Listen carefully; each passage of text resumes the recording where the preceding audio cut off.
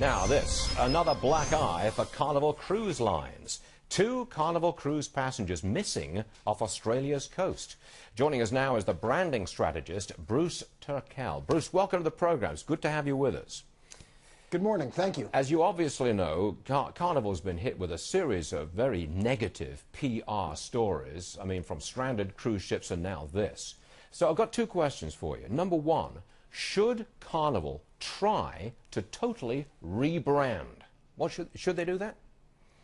I think there's a number of things they should do, and that's something very important. But it's interesting because the corporate name is also one of their line extensions, one of their brand names. Yeah. It seems that every time something happens within their family, all of the other ships are painted with the same brush. Yep. So yes, I think you're right. There's something they should do where they should change that so they don't suffer from this overall image hit every time. That's interesting, Bruce. They are known basically as the low-cost cruise line. They're known as, I think they're known as the party boat. So the question is, can they rebrand from the way we think of them?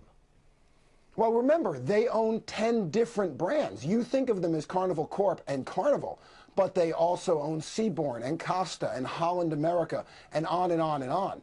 And because of that, all of them get painted with the same brush. All of them get lumped together. So when ship happens, they all suffer. So should they take their name off a few ships? Just take their Carnival, forget it, different name? I believe they should take it off of the corporate name. Okay. Have a holding corporation with a different name so you can separate the brands. Okay. What else should they do? Well, the other thing they need to do is, now, for what just happened, let's face it, this is a tragedy, and we don't know why, and out of respect for the families, there's really no suppositions that we should be making. Yep. However, as far as the other things that continue to happen, there are a number of things they can do. The first is to come right out and say, look, this happened, we're aware of it, and here's what we're doing to fix it.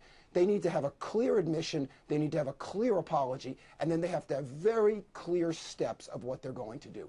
The other thing is to be aware of what it is that people are concerned about so that they can deal with those issues, so that the news we get is similar to the news they want us to get. Remember, every passenger is carrying a smartphone, and with that, whenever they're in reach of a cellular signal, they can show us what's going on. Carnival's got to work on that. Okay. Hey, Bruce Turkel, good stuff. Thanks very much for joining us, sir. We appreciate it. Thank you for having me. Let's have another